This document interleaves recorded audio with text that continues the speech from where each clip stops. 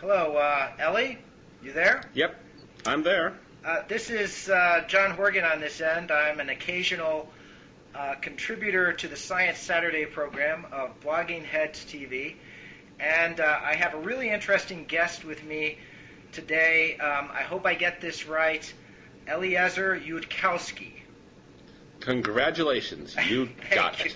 So what I'm hoping we can talk about today is the singularity, which is this vision of technological transformation. There are many different versions of it, but you are somebody who's associated with this term. You write about it on your blog.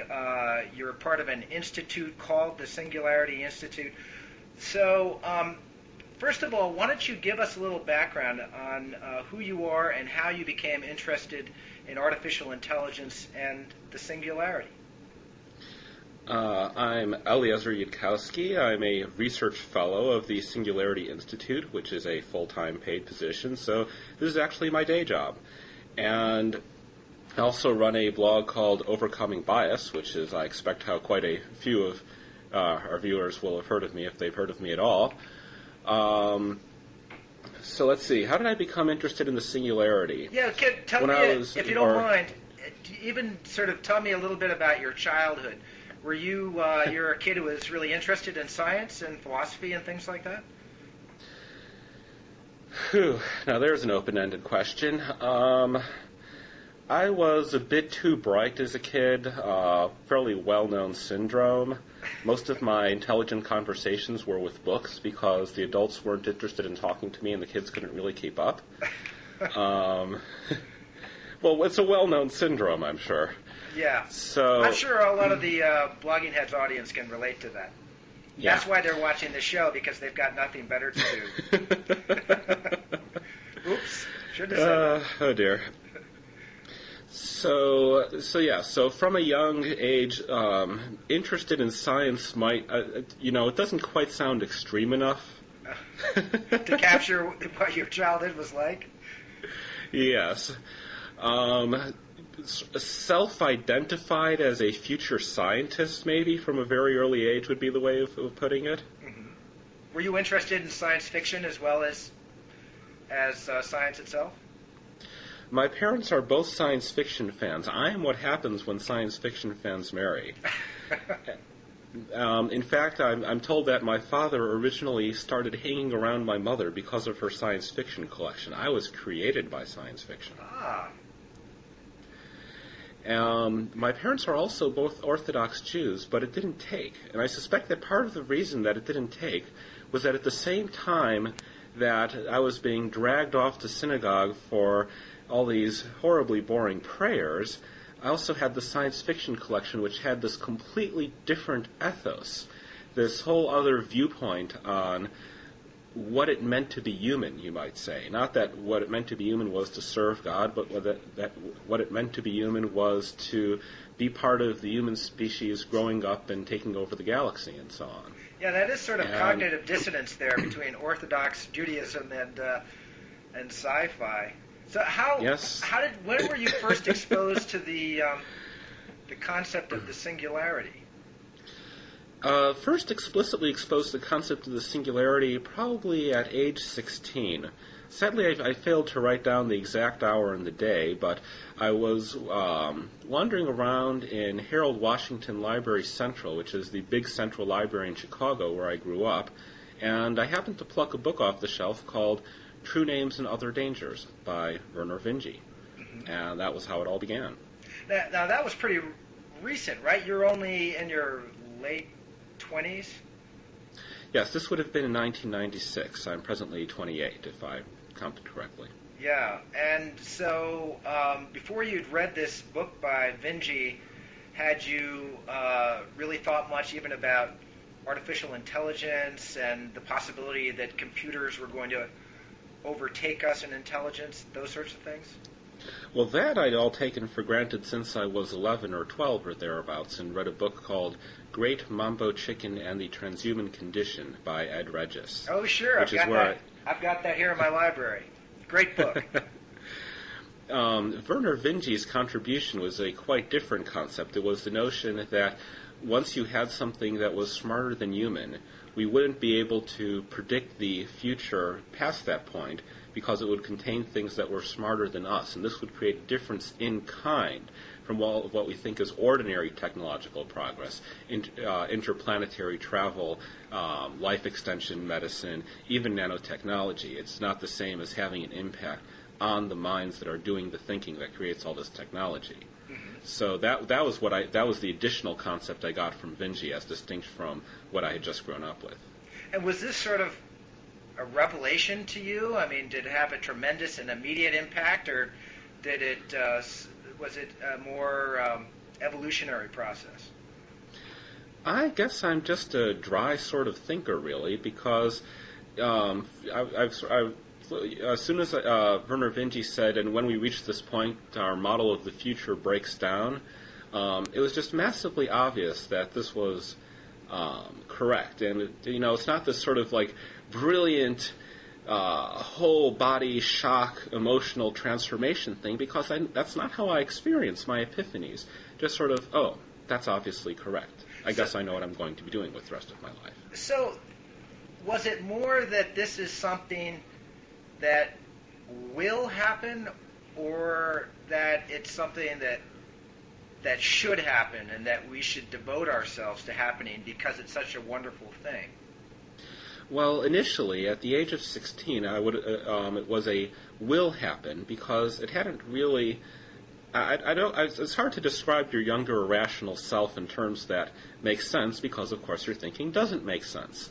So at that time I was thinking in terms of, yes, this will happen, because the whole line of probabilities where the human species gets wiped out before it can do anything interesting with itself, I just somehow wasn't thinking about at that point. It was too unpleasant. So at that age it was a will happen, and the variable was when does it happen, and when does it happen was a variable that I could conceive of affecting at that time. So for me at that age, as distinct from now, the main moral imperative was to hurry up and do this. And so how did you set about this? Did this guide your education? I saw a description of you somewhere as an autodidact. Does that mean that you never even went to college or graduate school or any of those sorts of things? Or high school. I'm entirely really? Self-taught. Uh-huh. Yes. And for that matter, I doubt that grade school really counts, because my father was just teaching me math beyond my age level during that whole point, and so there was that, and then there was science classes where I knew more than the science teachers, and then there was all the horror of Hebrew education classes. So. Well, how did you support yourself after you left home? I left home at 20, and the reason I left home at 20 was that at that point Brian Atkins, who had founded HyperMart and sold it to GoToNet, which was acquired by InfoSeeker, InfoSpace, which was bought out by Paul Allen, and so on and so forth during the dot-com boom, said, okay, let's start the Singularity Institute. So I didn't leave home until 20, I'm not quite sure to what degree my parents were surprised and relieved that it had all worked out, but I'm sure there was some degree of that. Well, so before you tell us about the Singularity Institute, because I'm curious about that myself, what sorts of things did you teach yourself to prepare to be a singularitarian? Is that the term? Singularitarian. Singularitarian. Yeah, and I wouldn't really say that singularitarian is a sort of thing that you. How do I put it? I was teaching myself to be an AI researcher. Mm-hmm. That's how I thought of it. So you're learning programming and things like that, cognitive science, and. Yeah, I taught myself all the wrong things: neuroscience, programming, and so how do I put it? Later on, it turned out that I should have been acquiring a different skill set. And to this day, I hope it's not too late. But on the other hand, if I'd actually gone off and studied first the most important things, that probably wouldn't have worked either. It's a bit hard to describe. Neuroscience, it doesn't tell you how to build an AI, but it tells you a lot about which established theories of AI are not helpful. Uh-huh. If you study how the if you learn that the parts of the brain are things like here's the visual cortex, here's the auditory cortex, here's the cerebellum, and then you look at an AI theory in which you've got a bunch of suggestively named Lisp tokens like Apple, and it's just this little symbol that's Apple, and that's all it is. And you see that the parts of the program are nothing like the parts of the human brain, then you say, well, that can't be right. But, of course, the human brain doesn't have the right architecture either. But what do you mean by that the human brain doesn't have the right architecture? Well, if you study a bit more neuroscience and a bit more evolutionary biology and a bit more cognitive psychology, you start to realize that the human brain is vastly suboptimal.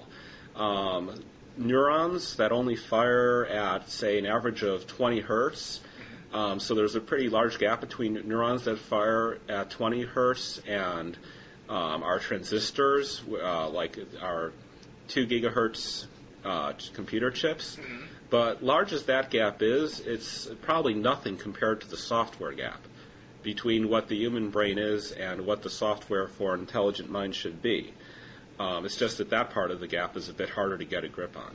That's really interesting. I think I'd like to come back to neuroscience, but first of all, because you're already bringing into this a lot of really interesting and important points. But first, tell us how the Singularity Institute was actually founded and what your role there is. Well, the way that it was actually founded was that I wrote a rather old, not very good by my present standards, but it was a document called Coding a Transhuman AI. And Brian Atkins, who was in the process of cashing out of Hypermart, wrote to me and said, hey, this plan you outlined, is that something that someone could actually do? And I said, no, that's going to take a Manhattan Project. And so we thought about doing a startup, and I sort of looked into entrepreneurial matters and how to write business plans and all that sort of stuff in preparation for the startup. And at around the same time, Brian Atkins and I realized that it wasn't going to work. Before we actually launched it, just while I was still in the preparation process, I was going like, nah. Oh, this would have been a company that actually tried to market AI programs? No, it wasn't an AI company. Remember, at this stage, I was still thinking in terms of real artificial general intelligence is going to take 30 years, even if you put in an intense effort. And the goal was just to speed it up a little bit more. All right, so that thing flopped, and then where did the Institute come into being? That was when I went off onto a different mistake, which was thinking that you could open source an artificial intelligence. And also sort of having this sort of more concretely detailed, though from my modern perspective still wrong, viewpoint as to the stages an AI could go through and what you could do at the start. And so I started thinking that, you could actually have an institute that would launch this open source project that would get you started down the road to AI and coordinate it. And so that's what the original plan for the Singularity Institute was. Yeah, open source AI. That's a really interesting concept. Who put up the money for this thing? Brian Atkins. Ah, okay. In the beginning. He later became, shall we say, unable to fund the Institute, but by that time there was a very small base of donors, and it sort of struggled forward and kept going. Now here's a really important issue for me. Just in the email exchanges that we've had, and by looking at this chart on IEEE Spectrum, and by the way, I should say that IEEE Spectrum magazine, its June issue has a whole special section on the Singularity. I contributed an article to it.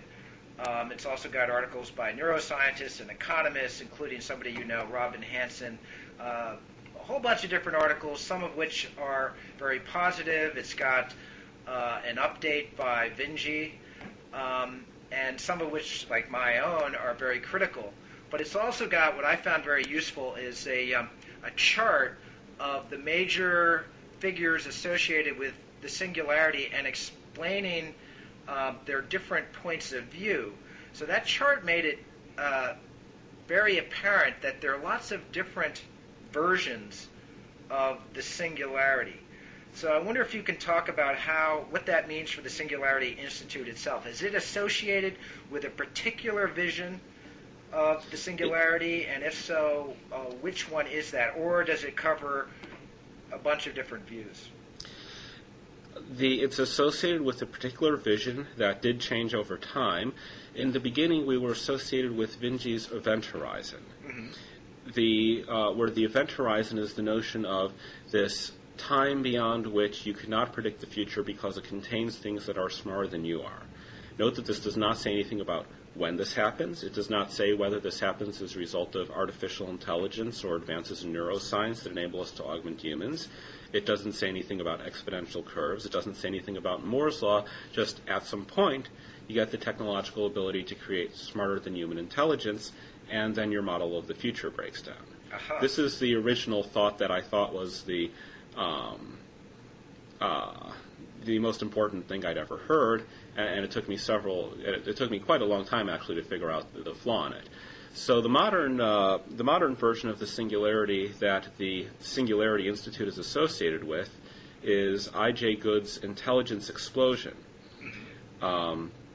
which is the notion that if you make something that is smart enough, it can improve itself, make itself even smarter, and then, having made itself smarter, make itself yet smarter again, lather, rinse, repeat, boom. So a runaway positive feedback effect. You mentioned Good. He's a philosopher or cognitive scientist who was writing back in the mid-'60s?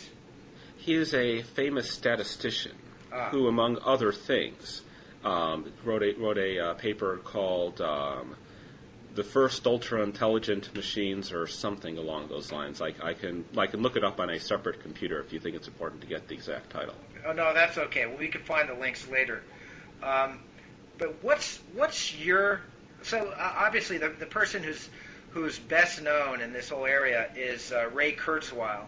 And so Kurzweil's a computer entrepreneur who's been very successful in building, for example, artificial vision machines, text recognition machines, and particularly lately, his vision of the Singularity has involved immortality in some form, whether it's because we redesign our bodies to counter senescence, or we turn our psyches into software programs and download them into cyberspace. But to me, the sort of salient feature of his vision is that we live forever. So I wonder if you can, before you explain where you're coming from, tell us what your attitude is toward Kurzweil. Well, Kurzweil is sort of a newcomer to the namespace. In other words, at some point he started using the word singularity for his vision, but I do feel that vision had certain substantial departures from what went by this name singularity before then. And Werner Vinge is the one who originally coined the term. Yeah. So Kurzweil, I usually refer to that as accelerating change. It's very heavily graphs of Moore's law based futurism. And Moore's law is not something that that is logically entangled with either the Vingean event horizon or Good's intelligence explosion. There doesn't seem to be a lot of emphasis on smarter than human intelligence as a breakpoint in Kurzweil's graphs. He just gets up to the point where you've got individual supercomputers with a million times as much computing power as a human, which in Kurzweil's schema is sort of taken for granted to indicate a million times as much intelligence as a human. And then Moore's law is still running on. He's still projecting out the graph past that point, 220.99. Yeah. I thought my impression of him is that he sees this convergence of lots of different technologies: genetic engineering, nanotechnology, artificial intelligence, improvements of hardware, and that in one way or another, and he's a little bit fuzzy on how this will happen, as he should be, he says that it will produce some kind of radical transformation. Maybe we will become cyborgs, maybe we'll be downloaded. So I didn't think he was too explicit about how this would happen. But it's that multi-technology convergence that's an important part of what he's talking about. And if you look at it from the perspective of either the event horizon or the intelligence explosion, then he's not distinguishing intelligence within that packet of technologies. Mm-hmm. Now, from my perspective, intelligence is the strength that underlies our existence as humans. You say intelligence, and people think of book smarts. They think of calculus. They think of chess, where you're applying clear rules in well-understood situations. And they say, well, it takes more than intelligence to survive in the human world. You need social adeptness. What about musical talent? Doesn't that count for anything?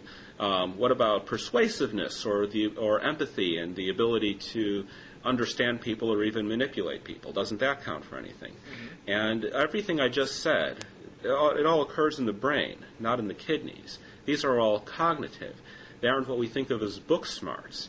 But there aren't many famous musical composers or military generals or CEOs of Fortune 500 companies who are chimpanzees. Our intelligence is the foundation. It's the strength that underlies everything else we do as humans.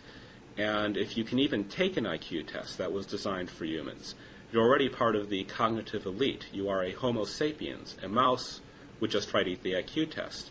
So, and all of our intelligence is something that was patterned by our intelligence. If you look at the computer in front of you, that's not something that grew on a tree. That's something that grew on a human mind.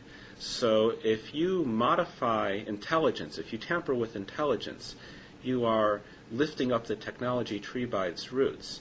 It's distinguished both by its foundational status, by it being by the human intelligence and human brains being the pattern that creates all the patterns that we think of as technology, and it's also distinguished by the possible intelligence explosion effect.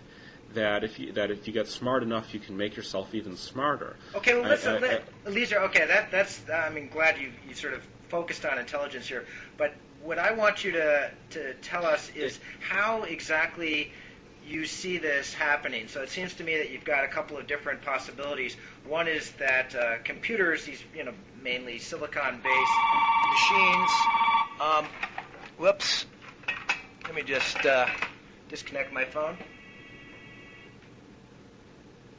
That's my my other backup still ringing. Anyway, so what I'm basically trying to get from you is whether technology wants your attention now. The ironies are just multiplying. I can't turn this damn thing off. It's out of control. Oh my God! And I keep thinking as you're talking about the glories of intelligence, of the super intelligent people I know who are absolute disasters as functioning human beings. But anyway, what I want you to tell me... That gets us all off onto the topic of rationality. Well, and how absolutely. The difference between rationality and intelligence. But should probably put that on hold for a moment. Yeah, that's right. So what I want you to tell us is which, so you've got the cyborg version of the Singularity, which is, some kind of hybrid. Rod Brooks talks about this in the Spectrum issue. Kurzweil has also talked about this. Then you've also got something that could be quite different, where machines start redesigning themselves, get this positive feedback, runaway effect, and they get super smart, but that doesn't necessarily affect humans. In other words, we might remain physiologically more or less as we are. Then there are also versions in which the internet becomes this kind of cosmic meta computer, and it becomes intelligent and develops its own goals or so forth. So which of these visions, try to be as explicit as you can about which of these you think is most plausible and or desirable. Pat Cadigan, speaking of the spontaneous emergence of intelligence on the internet, I think she spoke very well when she compared that to the notion of dirty shirts and straw spontaneously generating mice, which was a theory back in the good old days, spontaneous generation. Yeah.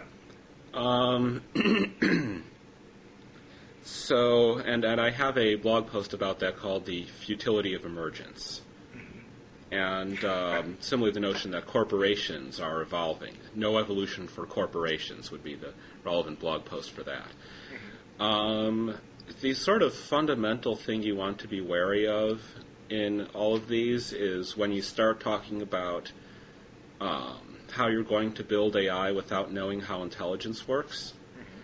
And you were talking about the cyborg vision. So by cyborg, are you talking about artificial limbs, or are you talking about brain-computer interfaces? Because one of those impinges on interfaces. Well, okay. So it could be both, but mainly it's... Well, they're extremely different things. One of those impinges absolutely. on intelligence, and one of them does not.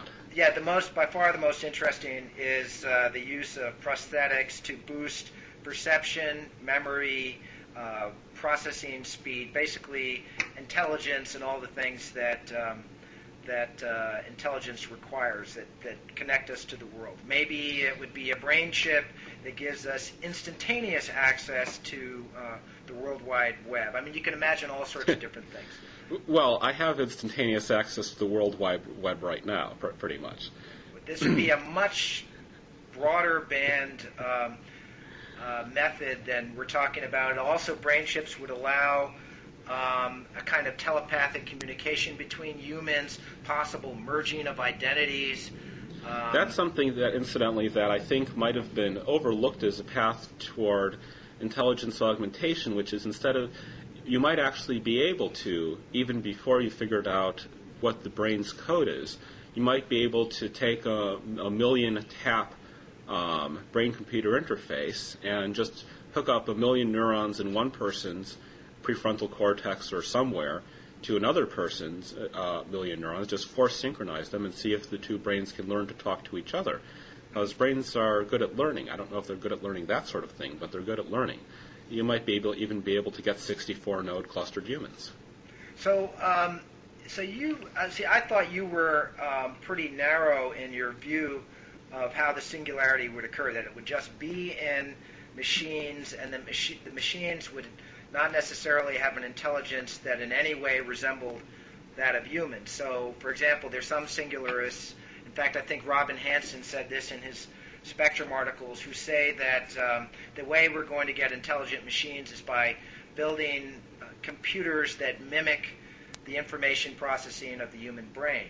You, I thought, have said that that would be a mistake. Machines should develop their own completely idiosyncratic and presumably much more efficient method of processing information, and that's how they're most likely to become much more intelligent than us. Okay, I just wonder... so if I can go off on a small, quick tangent,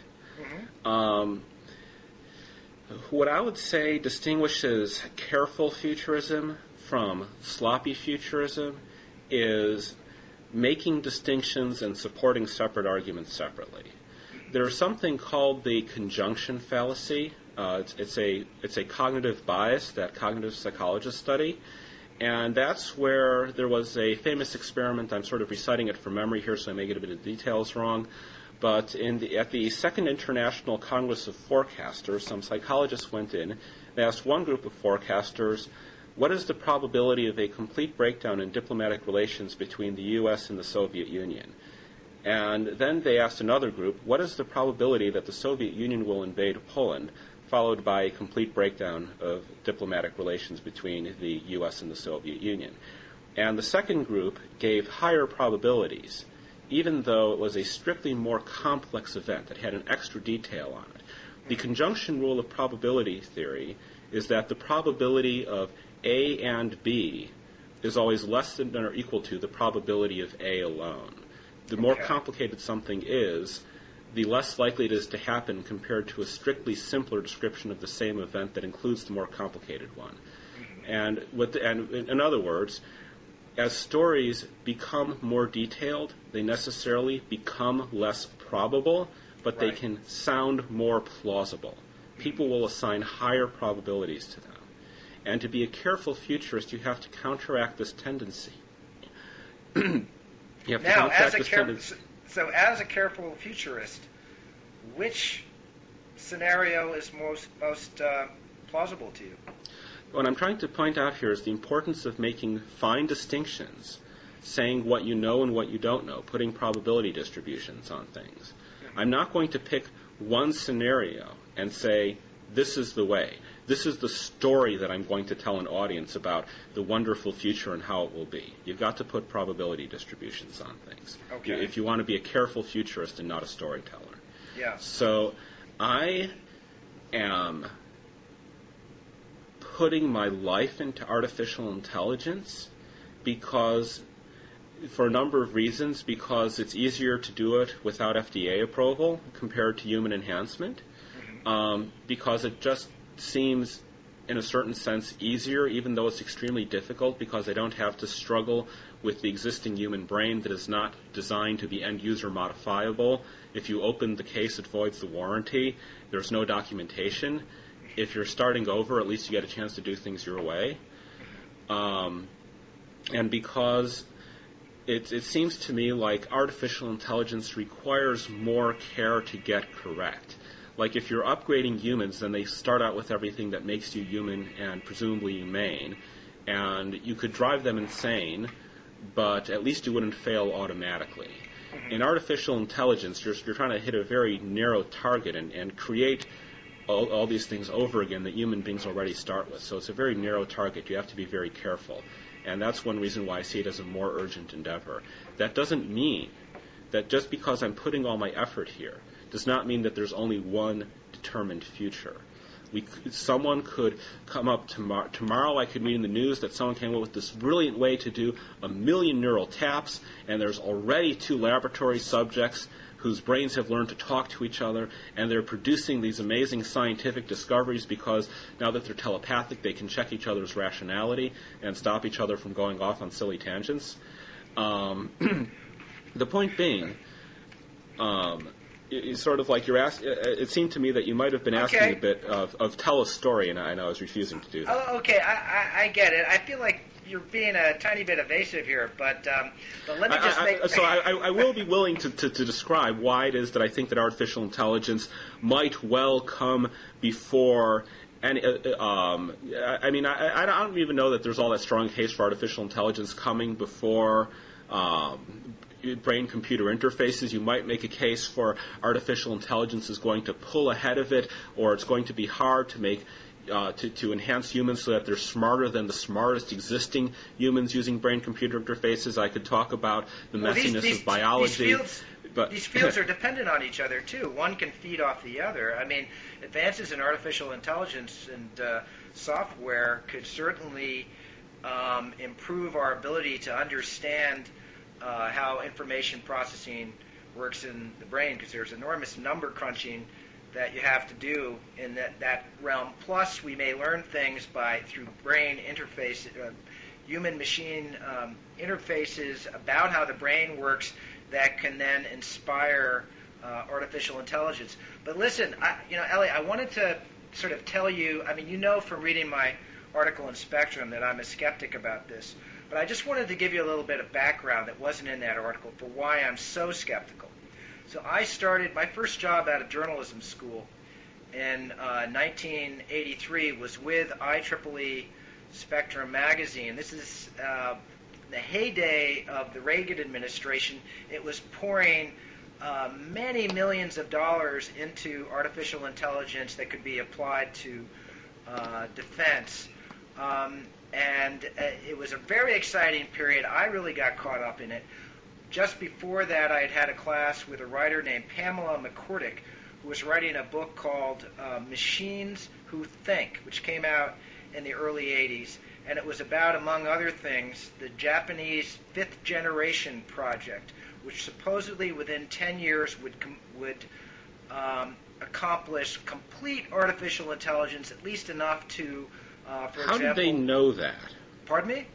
How did they know they were going to get complete general intelligence in 10 years? These were the predictions. So that this was an industrial goal of these big computer manufacturers in Japan, that they were going to have artificial secretaries by 1990. Then you also had people who were sort of more visionary, like Marvin Minsky, Ed Fredkin, and John McCarthy, who were three of the founders of artificial intelligence, saying that computers would soon be smarter than us. You'd get this positive feedback effect, and then they would just go racing beyond us.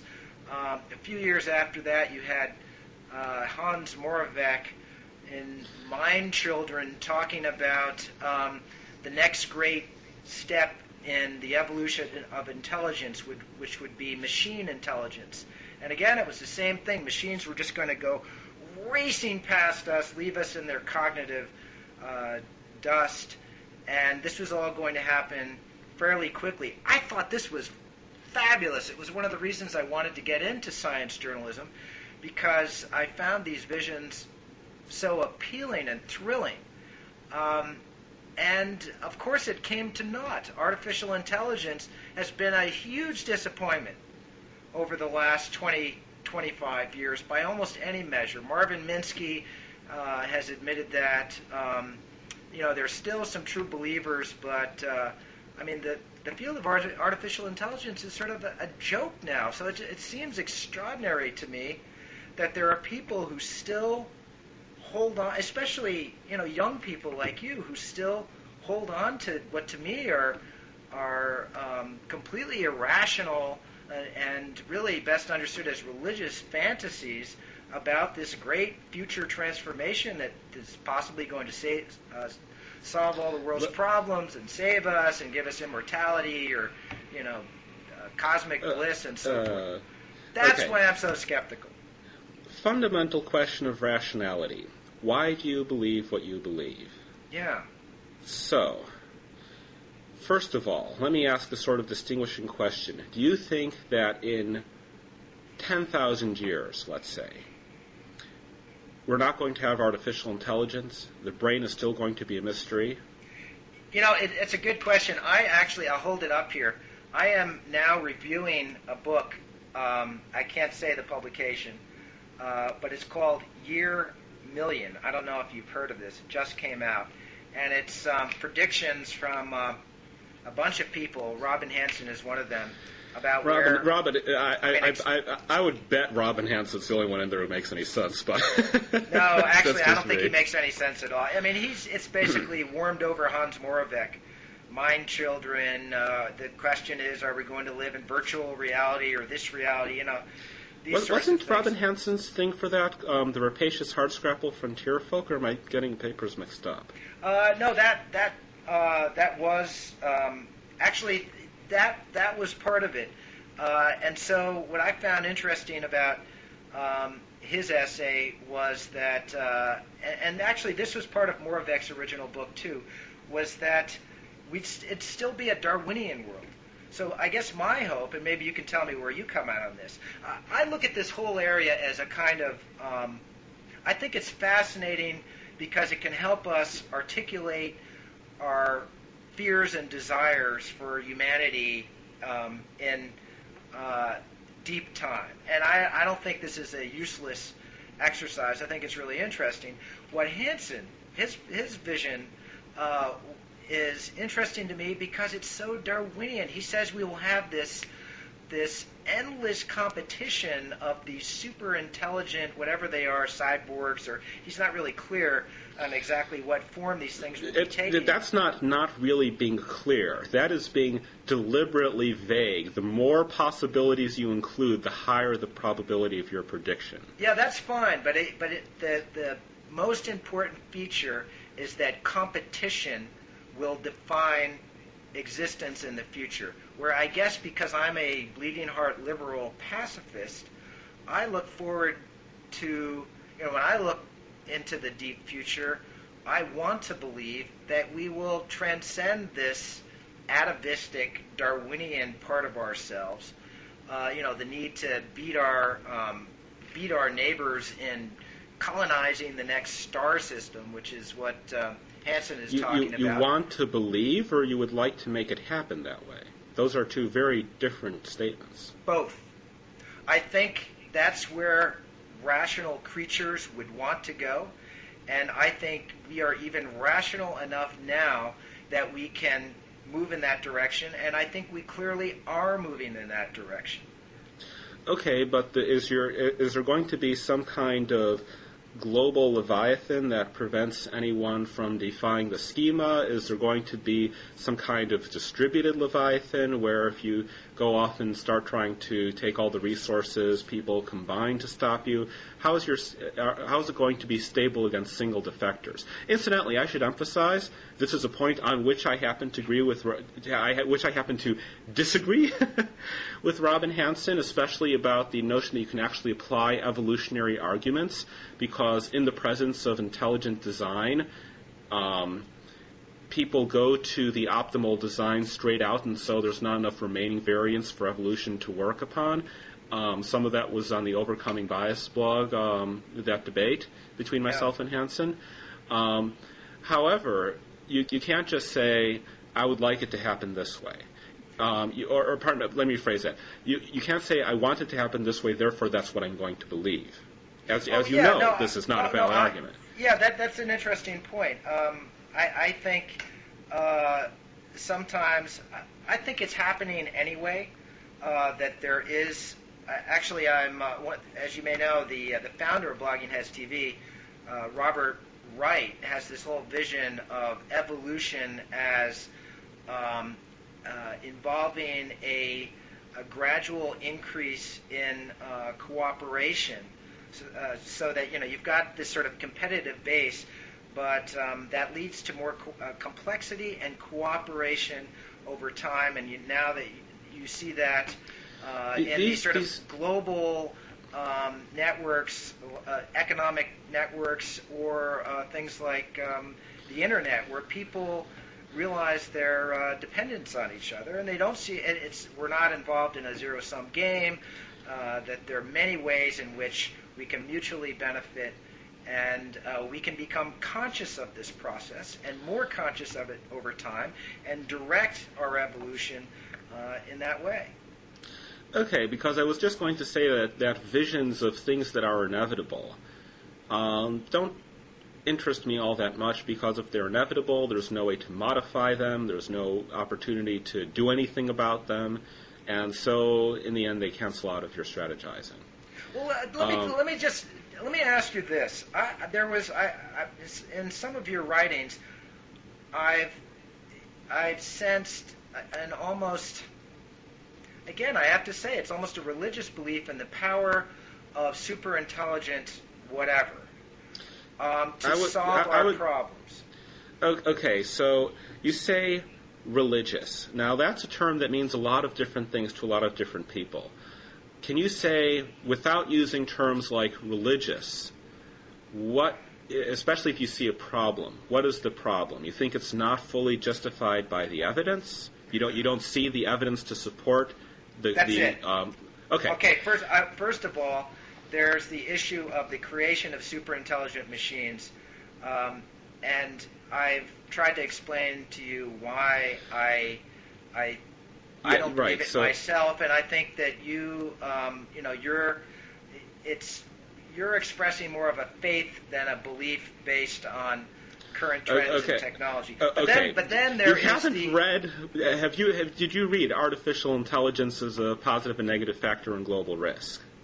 No, the one I read parts of that, but the other one that I was reading was the bias in, biases potentially affecting judgment of global risks, which I thought was at least indirectly about the possibility of using superintelligent machines to assess risks and to come up with solutions. It wasn't actually. That paper was not about that. It was just what it said, nothing more, nothing less. Okay, using superintelligent machines to correct these minor little human biases is like using a nuclear weapon to swat flies.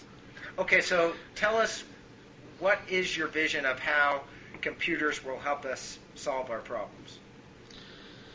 Superintelligent computers, I mean. Okay, well, can I actually not go down this track just yet and deal with this faith business? I tell you, we've only got about 15 or 20 minutes left, but certainly. But that is a sort of core issue. It is, definitely. Okay, so the first thing I wanted to say was, you haven't read all my stuff. Perhaps I have support you haven't read yet. So, yeah, this is something I've warned about on overcoming bias in a number of contexts, which is a sort of naive, realist rationality, where in a hunter-gatherer tribe 10,000 years ago, you could rely on knowing what everyone else knew. And today, there's no way for anyone to say science doesn't know X, because there's all these different scientists in the world, and 6 billion people in total who know all sorts of things, and you haven't met them all. Yeah. And some of them know entire professional fields whose name you might never even have heard. Yeah. So no one can say any, and there's so much science that now that no one human being can learn it in a lifetime. So no one can say anymore what science doesn't know. There's too much science. So in other words, what I'm saying is, okay, I have certain beliefs that sound odd, but this isn't a hunter-gatherer tribe. And my support is not always going to be immediately visible, especially if you don't read my papers. So going into the specifics, okay, you talked about how you were disappointed. Some people made amazing, incredible artificial intelligence predictions, and then you were disappointed.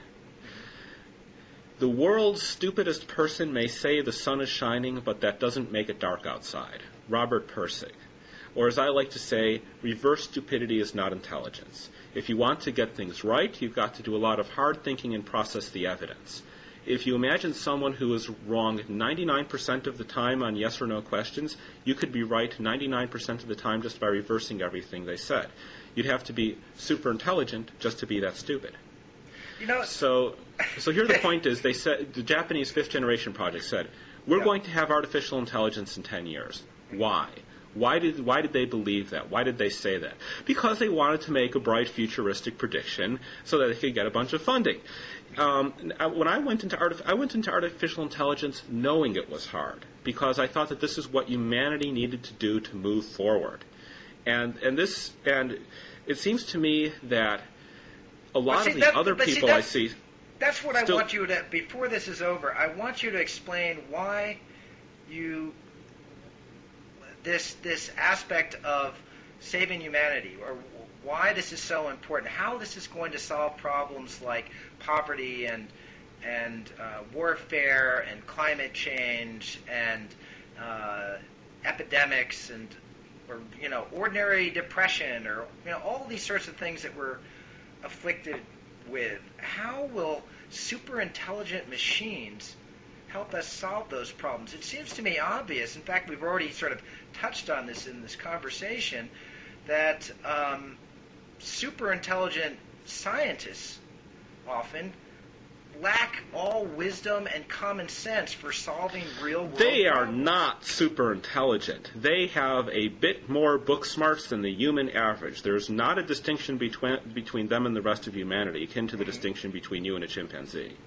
But it's this quality of common sense and sort of contextual as opposed to very highly specialized knowledge that is most strikingly absent in any computer. And this has been the great failure of artificial intelligence. This is another reason why I'm so skeptical. Obviously, and do you think this is still going to be a mystery in 10,000 years? 10,000 years is, I can't even predict in 100 years. So I'm, for the purposes of that Spectrum article, I was focusing on the prediction of Vinci and others that this will happen maybe by 2025, 2030. We're talking about something in my, I hope, lifetime. That's something I can grasp. Okay, but right now you're talking to me, not the authors of the Spectrum, and I'm asking you, do you think that this is unknowable, or is it simply unknown at the moment? I think it's unknown at the moment. And for the foreseeable future, if you're extrapolating to 10,000 years from now, it's almost, I think I would have to agree, anything can happen. It's not like some magical, mystical barrier. It's just it's just that given all the trends in science and technology we can see today, there's no reason to hope it will happen within our lifetimes. Okay, so from my perspective, again, something I've been talking about a lot recently on overcoming bias, don't be scared of scary research problems. This is not addressed to you, it's addressed to everyone. If there's part of that business with how can intelligent people be so stupid, there's actually a wonderful book called Why Smart People Can Be So Stupid. It's an edited volume. But one of the ways that people waste their intelligence is by working on unimportant problems. Why do they work on unimportant problems? Because the important problems look scary. And if there's a wonderful quote by Lord Kelvin, which should probably have looked up in advance, but something along the lines of life is infinitely beyond the range of any scientific investigation hitherto entered upon, and it's in the generation of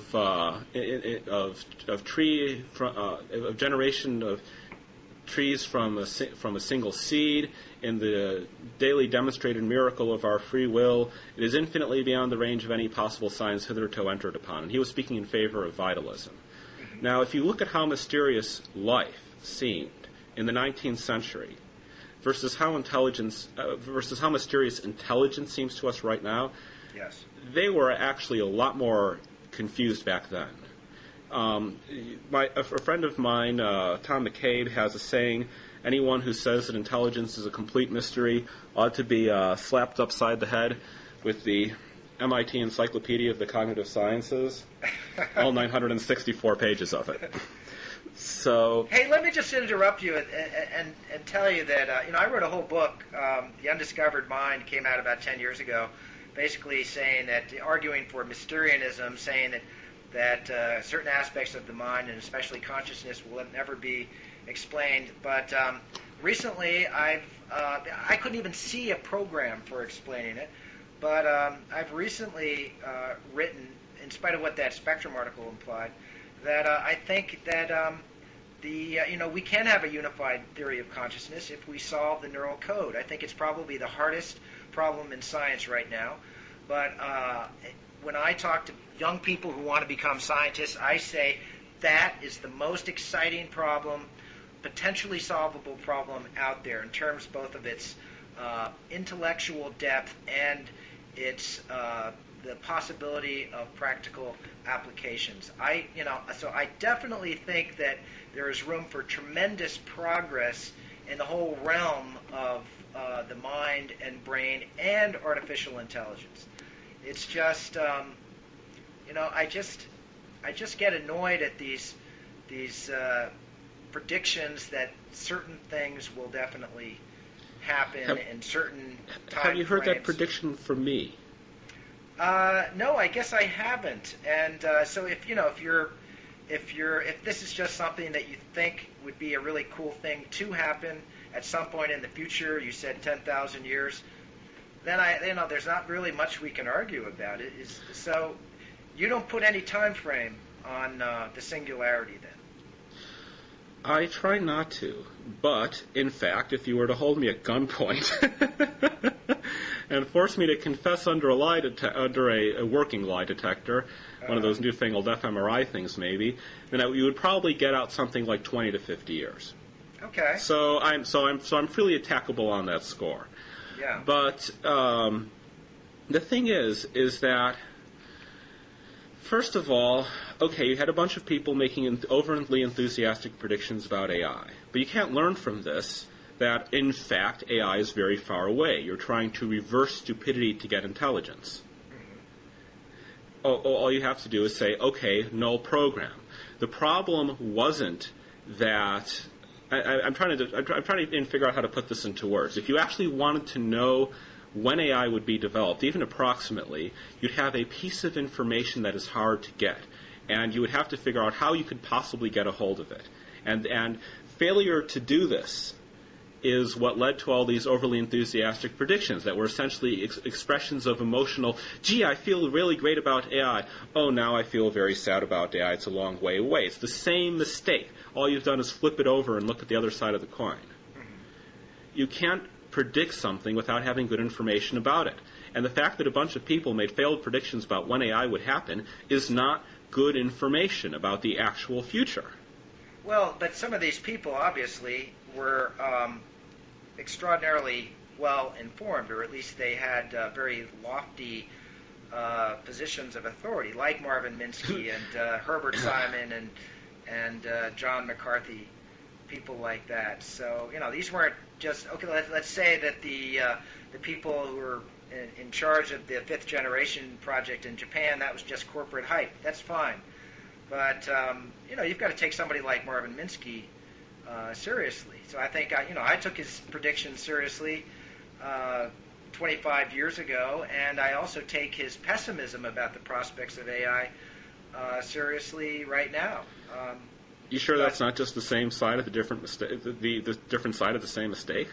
Maybe it is. It's just that I haven't seen any developments in artificial intelligence that concrete developments. Maybe there's some hiding out there, because there obviously I am. There are. I'm not omniscient, but that seems to me to be a little bit too easy a way to counteract pessimism like mine. I think that really extraordinary achievements. Yeah, I think the old phrase of Carl Sagan's is appropriate here. Extraordinary claims require extraordinary evidence. So, it's just not enough for you to say that, well, out there in these little niches somewhere are hidden advances that make you more up. They're not in little niches. I mean, it's very difficult to appreciate what's going on in artificial intelligence without being part of the field. I think that the only reason that this field looks like it's progressing at all slowly is simply that every generation you've got someone coming out and saying we're going to have general AI in 10 years. If it wasn't for that, if all you were looking at was what was actually happening, it would not look all that slow. Here's just a sort of more global question. What about, let me just ask you this. What's the difference, if any, between intelligence and wisdom? We've been sort of talking about that. But let me just give you a more specific example. This, again, goes back to when I just began as a science writer in the early 80s. You remember the Strategic Defense Program, Star Wars? Yes. That was supposed to be basically an automated system that would protect us from doomsday. So we would have these satellites that would look for launches of Russian missiles, and one of the big technical problem, and it was sort of a philosophical problem too, was how you design the system so that it can determine whether this is a genuine Russian launch, a genuine Russian attack, or it's a false alarm within seconds or at least minutes, because we wouldn't have more time than that to make the decision. Do you trust? Is there any computer that you would trust with making that decision? That was one of the objections that people had. So intelligence versus wisdom. All right. So wisdom is not something that generalizes quite as well as the concept of intelligence to realms beyond the human. And what I mean by that is that while we can imagine something that's extremely smart and is extremely good at technology, and therefore it can figure out ways to take apart stars and use them to make new and interesting things, the notion of how does wisdom scale seems hard to get a grasp on. What does super wisdom look like?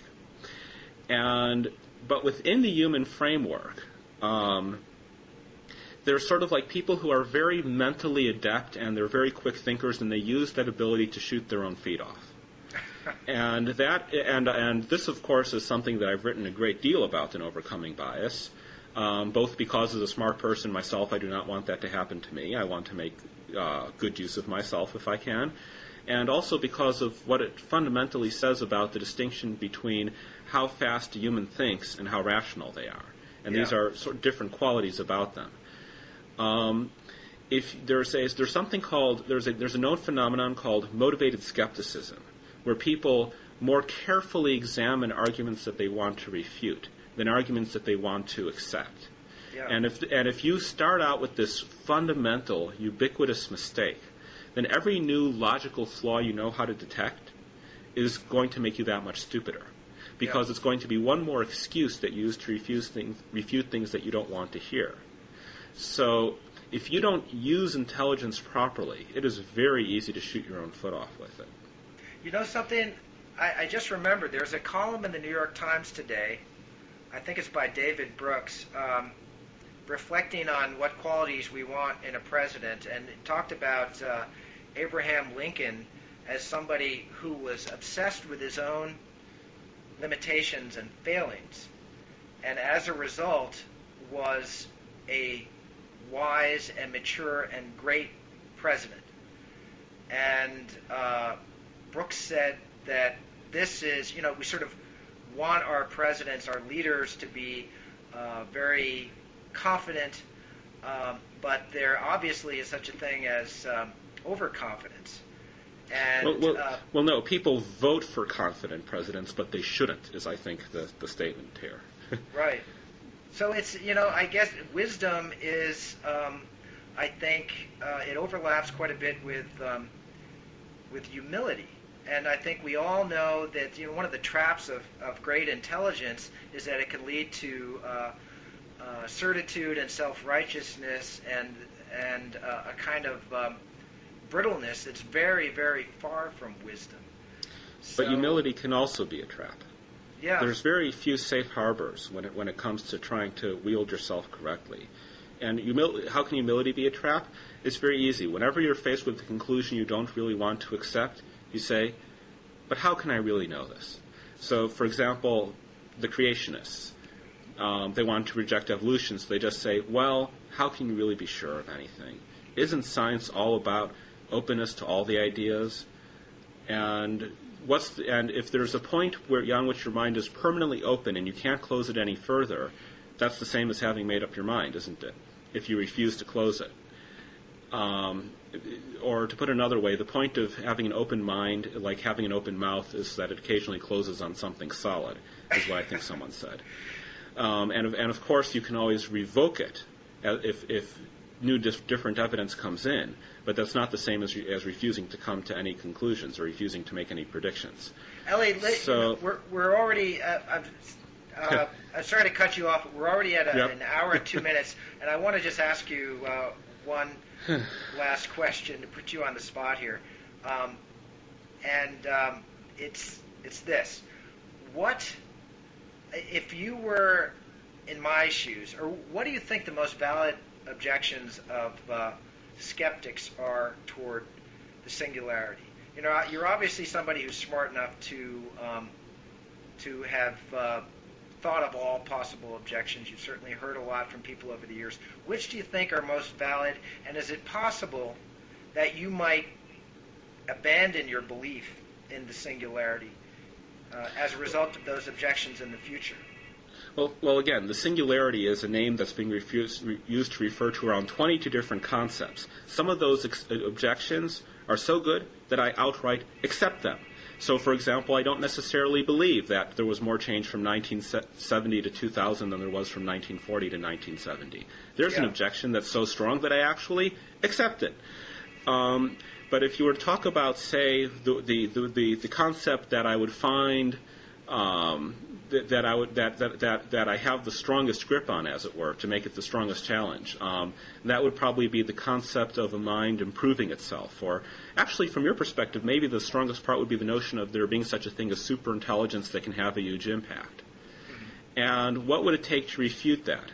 Okay, in terms of actual experience, I think that if one were to build a mind that was at least as smart as Einstein, and then you increased its processing power by orders and orders of magnitude, and all the internal metrics that you have of, how well the systems inside are functioning are showing that they're thousands of times higher than they were when the system wasn't Einstein, and the system still doesn't do anything all that much better than Einstein. Yeah. then I would say that refutes the concept of superintelligence. You demonstrate there was an upper limit to how useful intelligence really is, and it lies right above the human level. This is extraordinarily improbable, but in terms of an experience that refutes the theory and shows that it's falsifiable and constrains prediction, that's an example of an experience that refutes the theory. Is that something that could happen within the next 20 to 30 years? That sort of test? That is something that, like that test we're referring to is the singularity event itself. So it has all the usual quibbles about timescale. Right. And okay, so strongest objection. What's the strongest objection? It's sort of like asking me what's the strongest objection there is to natural selection. Not quite that bad. Yeah, I know, not quite that bad, but this is something that I believe strongly, precisely because I don't see many very strong objections to it. I mean, the strongest objection would just... Spoken like a true believer. Sorry, what? Spoken like a true believer. Well, I'm sorry, but strong evidence is, by definition of the Bayesians, exactly that kind of evidence that you don't expect to find on more than one side of an argument. Well, listen, you have to give us your best shot. Post your most persuasive articles or articles by anybody else or even news stories about advances in artificial intelligence that might help us appreciate your point of view. That's part of what Blogging Heads does. They have all these links on the side. But in all seriousness, my view has changed a great deal over time. Why is that? Someone came up with something that I thought was a strong objection, and I accepted it. Yeah. I used to think that artificial intelligences that were powerful enough, regardless of how they were designed, would be nice to people. But there were strong objections to this theory, so when I realized that, I abandoned it. So I can give you examples of things that I regarded as past strong objections that asked me to change my opinion. If I gave you an example of a strong objection that I was not listening to right now, this would represent some kind of problem on my part. Okay, I mean, there's all sorts of objections you can make, like, well, but you haven't experimentally demonstrated superintelligence. Well, from the outside, these sound like sort of quibbles over fine points of dogma within Christianity, for example. I'm sorry, that was a cheap shot. But yeah, I wasn't about to say it was a cheap shot. I'm just saying, like, what else am I supposed to say? Am I supposed to say, oh, yes, I know. Here's a knockdown objection I haven't accepted? There are all sorts of weak objections. I think this stuff is really cool. It's fascinating. I continue to follow it with great curiosity. I hope I see something out there that at least makes me waver in my own disbelief. I'm sincere about that. But you're a great representative of this field, and I'm sure you're going to get lots of people checking out your blog and the Singularity Institute in the future, which will serve your cause. Yeah. Oh, and let me actually just state that policy debates have no reason to be one-sided. Like individual options often have strong disadvantages. Mm-hmm. So if you were to ask me, like, what's wrong with the Singularity Institute's strategy of going out and building an AI this way, I could give you all sorts of strong objections to that. Okay. For example. So synthesizing an AI a priori. Well, how do you know you're going to get the fundamental research breakthroughs you need to do that? And the answer is you don't. Right. Or you're going to build this extremely powerful AI, and how are you going to get it right the first time? And the answer is things like, well, you have to be extremely careful, you have to use a simple design, and you say, but even so, can you really get it right the first time? And that's a very strong objection. Right. So because this is goes back to the whole rationality issue, but you shouldn't really on factual debates. You might find weak evidence on both sides, but by the definition of strong evidence, you shouldn't expect to find strong evidence on both sides. Yeah. So I can give you a lot of these ideas. I'm not necessarily saying they're strongly supported. A lot of times the objections that the support that I have is weak. But if it weren't stronger than the weak objections, I would be abandoning the idea. Okay. So I if think you see what I mean over here. I think I just understood that, but our viewers will be able to play it back and ponder it and grok it at their leisure. But anyway, that's we're almost at an hour and 10 minutes. That's it. Yep. So Okay. We'll have to wrap it up there, Ellie. I've really enjoyed this, and you're a great. You're really good at arguing for your cause. So power to you, and I wish you the best of luck. Thank you. All right. Talk to you later.